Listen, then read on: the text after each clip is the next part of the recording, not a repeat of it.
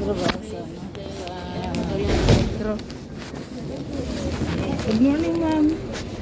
Free po ang aming advice sa abogado. Ayan. Sa lahat po ng problema, free po ito lang po ang aming opisina. Salamat po, ma'am. Thank you.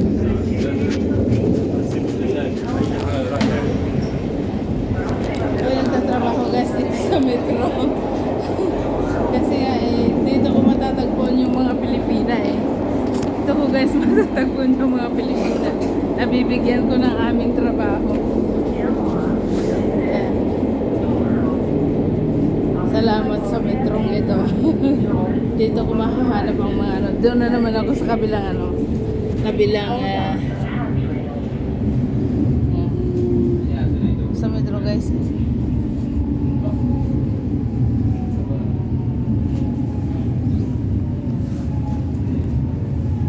Bibigay ako ng mga pamphlets namin. Kasi ito ang aming mga pamphlets. Kailangan ng mga tao. So dito ako sa pangalit ko. Wala pa lang. Wala pa lang. Dito lang pala. Wala pa lang. Last nasa ano pala ako. Nasa dulo na. Nasa dulo pala ako na.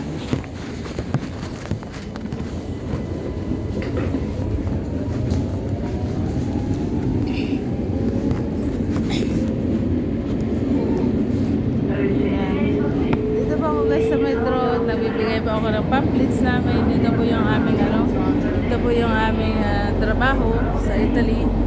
Yan, ang opisina po namin ay sa Precoto, metro. So metro po ako nagbibigay ng pamphlets.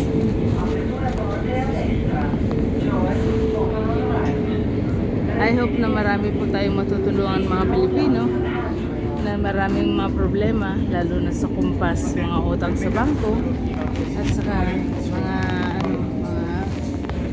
tawag dito. So mag-aantay tayo ulit ng ibang metro para sa ganun ay makakita tayo ulit ng mga Pilipino guys. Dito nabigyan ko na guys yung mga Pilipino dito sa metro ito. So ngayon po guys hanap tayo ulit ng aantay tayo ulit ng isang metro papuntang Rofiera po yan. So yan, papuntang Rofiera po siya. Antayin po natin ang papuntang Visalia. Dito po tayo sa Roberto ngayon. Dito po tayo bumaba. Dito tayo mag-aantay ulit ng mga dadaan na na metro para mabigyan natin yung ibang kababayan natin. Kahit buong Italia po ang aming trabaho at ito po ay